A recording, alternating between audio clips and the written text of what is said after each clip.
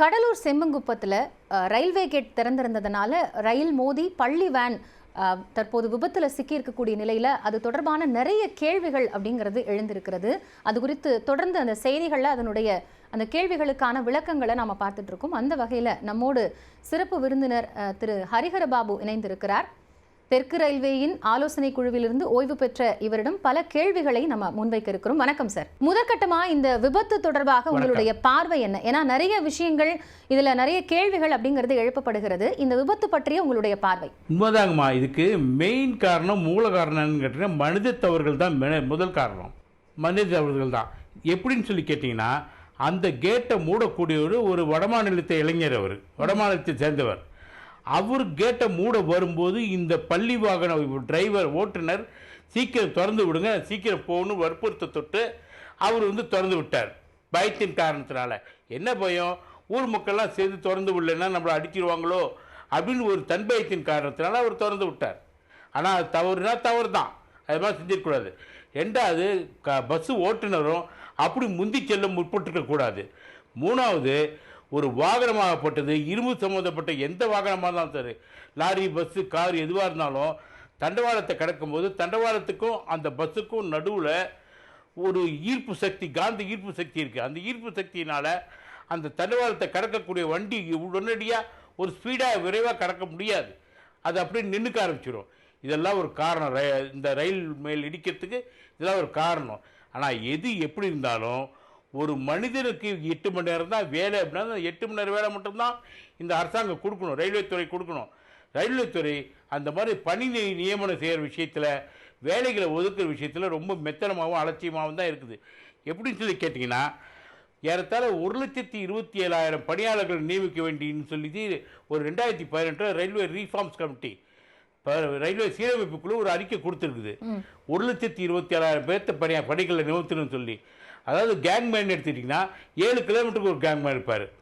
அவர் 7 kilometre வரைக்கும் check பண்ணிட்டு அடுத்தவர்கிட்ட போய் அந்த பொறுப்பு ஒப்படைப்பார்.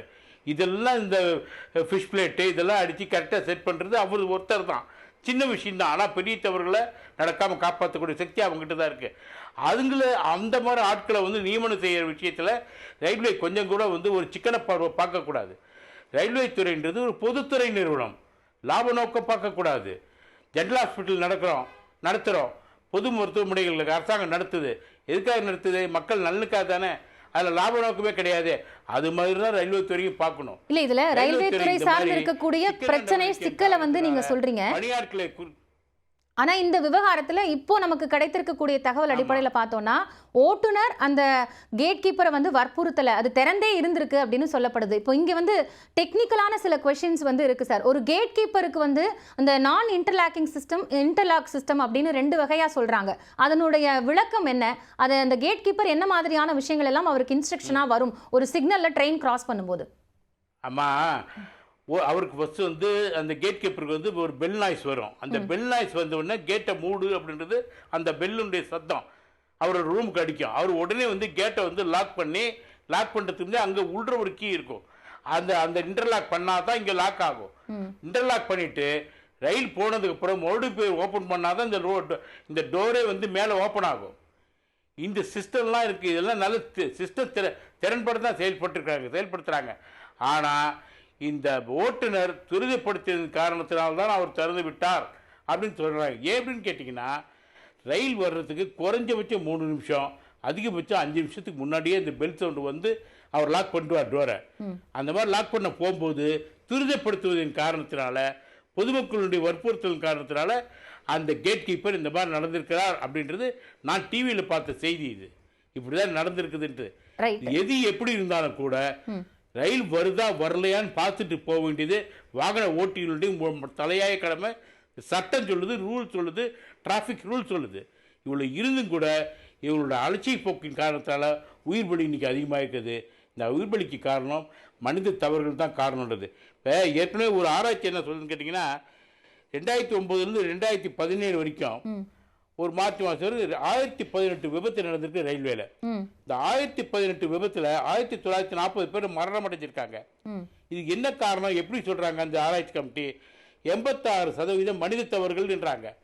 அந்த 86% மனித தவறுகளுக்குள் 44% ரயில்வே துறை ஊழியர்களுடைய அலட்சிய போக்குன்னு காரணம் அப்படின்னு ஒரு ஆய்வறிக்கை சொல்லுது. அப்போ இருந்து என்ன தெரியுது, இரு பக்கமும் தவறுகள் இருக்குது. ரயில்வே துறையினுடைய அலட்சிய போக்கும் காரணமாக இருக்குது. ரயில்வே துறையினுடைய அலட்சிய போக்குக்கு என்ன காரணம்னு சொல்லி கேட்டிங்கன்னா, அதில் வந்து நியமிக்க வேண்டிய பணியாட்களை சரியாக நியமிக்கப்படாமல் காலம் கடத்துவதன் காரணத்தினால்தான் இந்த மாதிரி சூழ்நிலைகள்லாம் ரயில்வே துறைக்கு ஏற்படுது. இவ்வளவு உயிரிழப்பு வந்து ரெக்கார்ட் இருந்திருக்கு அப்படின்னு சொல்றீங்க.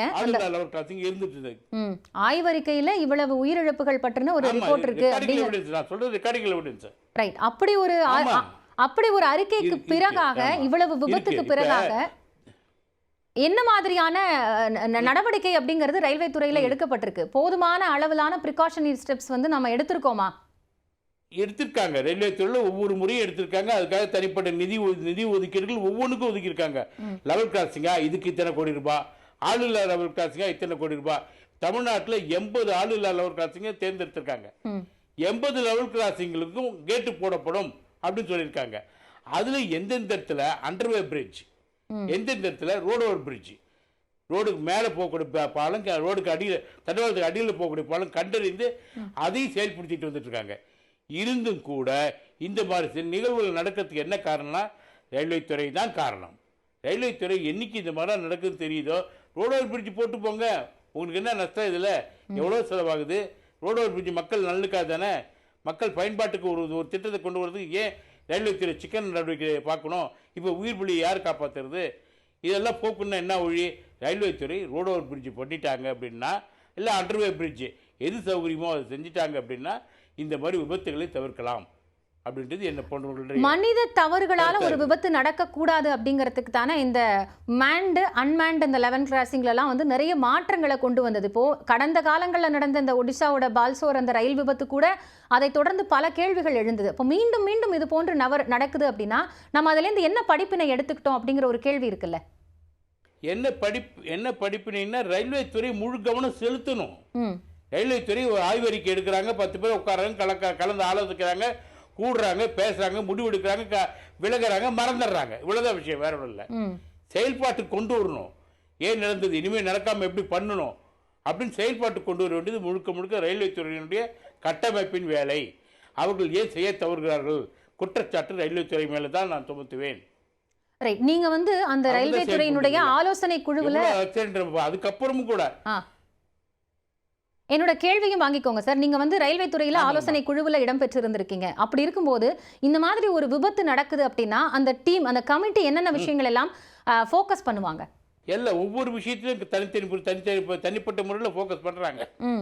லெவல் கிராசிங்ல இத்தனை பேர் இப்படி, இந்த லெவல் கிராசிங்ல இப்படி பண்ணணும், இந்த ஆள் இல்லா லெவல் கிராசிங் இப்படி, ஆள் இருக்கிற லெவல் கிராசிங் இப்படி அப்படின்னு சொல்லி அந்த இதெல்லாம் கண்டறிஞ்சு செயல்படுத்துறாங்க. செயல்படுத்த நடவடிக்கைகளை எல்லாமே எடுக்கிறாங்க. எடுத்தாலும் கூட செயல்பாட்டுக்கு வர்றதுக்கு அவங்களால பண்றதுக்கு கொண்டு வர முடியல. அதெல்லாம் இப்போ நடைமுறை சிக்கல்கள் இருக்கு அப்படிங்கறத புரிந்து கொள்ள முடியுது. 8 வருஷத்துல மட்டுமே லெவல் கிராசிங்ல மட்டும் இருக்குமா? ஆமா, இந்த 8 வருஷத்துல மட்டும் லெவல் கிராசிங்ல மட்டும் 14 பேர் மரணம் அடைஞ்சிருக்காங்க. இந்த 8 வருஷத்துல 14 பேர் மரணம் அடைஞ்சிருக்காங்க. இது வந்து நான் வந்து ஆதென்டிகேட்டட் இந்த தகவல், ஆதாரபூர்வமான தகவல் நான் சொல்றது பூரா. ரைட். இப்போ இந்த விபத்துல சார் ரயில்வே ஓட்டுநர் வந்து கொஞ்சம் சாமர்த்தியமா செயல்பட்டு இருந்தா இந்த விபத்தை தவிர்த்திருக்கலாம்னு புரிஞ்சுக்கலாமா? மன்னிக்கணும் காயத்ரிமா, ரயில்வே ஓட்டுநருக்கும் இந்த விபத்துக்கும் சம்பந்தம் கிடையாது.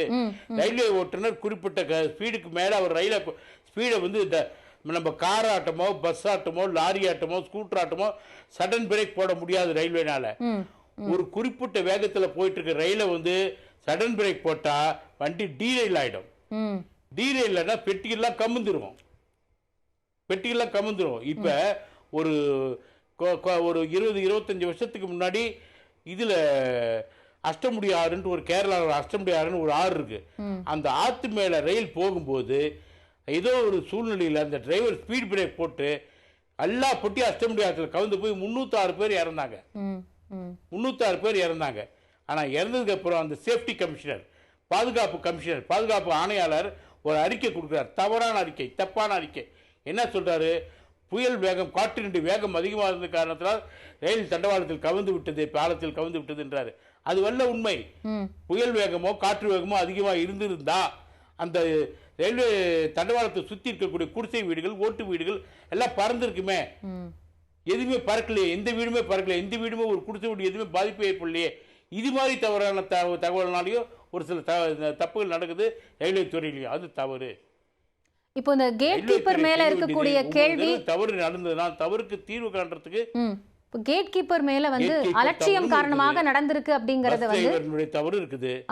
அதான் சார், கேட் கீப்பர் வந்து அலட்சியமா செயல்பட்டதனால தன்னோட பயமுறுத்தல் அச்சுறுத்தல்ன்றாரு. கேட் கீப்பர் வந்து அலட்சியமா செயல்பட்டிருந்தாரு அப்படிங்கிற ஒரு குற்றச்சாட்டை வச்சு இப்ப அவரை வந்து கைது பண்ணிருக்காங்க, சஸ்பெண்ட் பண்ணிருக்காங்க. இப்போ வழக்கமா இது மாதிரியான ஒரு விபத்துல சம்பந்தப்படக்கூடிய நபர் மீது என்ன நடவடிக்கையை ரயில்வே நிர்வாகம் எடுக்கும்? அதிகபட்சமா என்ன சஸ்பெண்ட் பண்ணுவாங்க, ப்ரமோஷனை கட் பண்ணுவாங்க, ஆஃப் பே கொடுப்பாங்க, நடக்கும். வேற ஆளை நியமிப்பாங்க. இவ்வளவுதான் நடக்கும். வேறு என்ன பண்ண முடியும் ரயில்வேல? அதுக்காக முழுக்க முழுக்க வேலையை விட்டு ஒதுக்கவே முடியாது. ஏன்னா குடும்பம் இருக்குது, அவங்களுக்கு யூனியன் இருக்குது, அது மாதிரி பிரச்சனைகள்லாம் வந்து நிற்கும். அதுக்கு ரயில்வே நிறுவனம் ரெண்டு பக்கம் பேலன்ஸ்டாக துலா கோலாட்டம் செயல்படுவாங்க. தவறு தான்.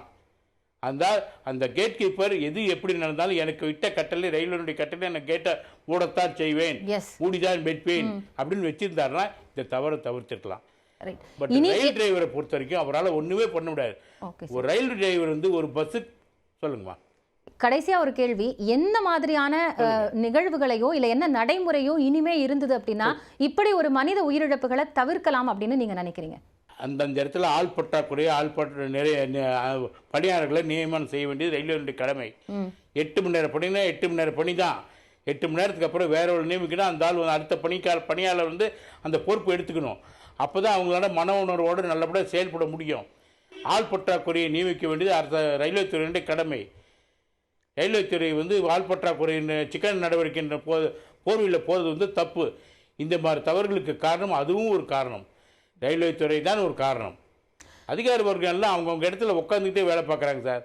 எல்லாமே வரணும், ஃபீல்டில் வந்து இறங்கி பார்க்கணும் என்னென்ன நடக்குது, எங்கெங்கே நடக்குது, ஃபீல்டில் என்ன நடக்குது, எப்படி நடக்குது, சரியாக நடக்குதா இல்லையா அப்படின்னு பார்க்கணும் ரயில்வே துறையில் இருக்க அதிகாரிகள்லாம். இந்த நிகழ்வுக்கு பிறகாவது நீங்க சொல்ற அந்த மாற்றங்களும் அதுக்கு தேவையான அந்த மேன் பவரும் வந்து சரியா உருவாக்கப்படும் அப்படின்னு எதிர்பார்க்கலாம். இணைப்பில் வந்து உங்களோட கருத்துக்களை பகிர்ந்து கொண்டமைக்காக நன்றி திரு ஹரிஹரன் சார். மீண்டும் ஒரு நிகழ்ச்சியில சந்திக்கலாம். இணைந்திருங்கள். இது நியூஸ் 18 தமிழ்நாடு.